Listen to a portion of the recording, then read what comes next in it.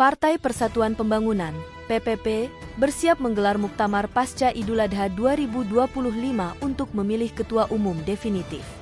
Di tengah dinamika internal partai berlambang Kabah itu, dua figur asal Sulawesi Selatan, Sulsel, mencuat dan mendapat sorotan khusus sebagai kandidat potensial, diantaranya Wakil Ketua Umum DPP PPP Amir Uskara dan Menteri Pertanian RI Andi Amran Sulaiman.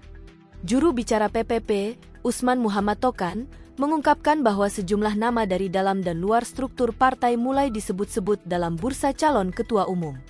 Ada nama-nama yang muncul, termasuk dari Sulsel, seperti Menteri Pertanian Andi Amran Sulaiman dan Wakil Ketua Umum PPP Amir Uskara, ujar Tokan.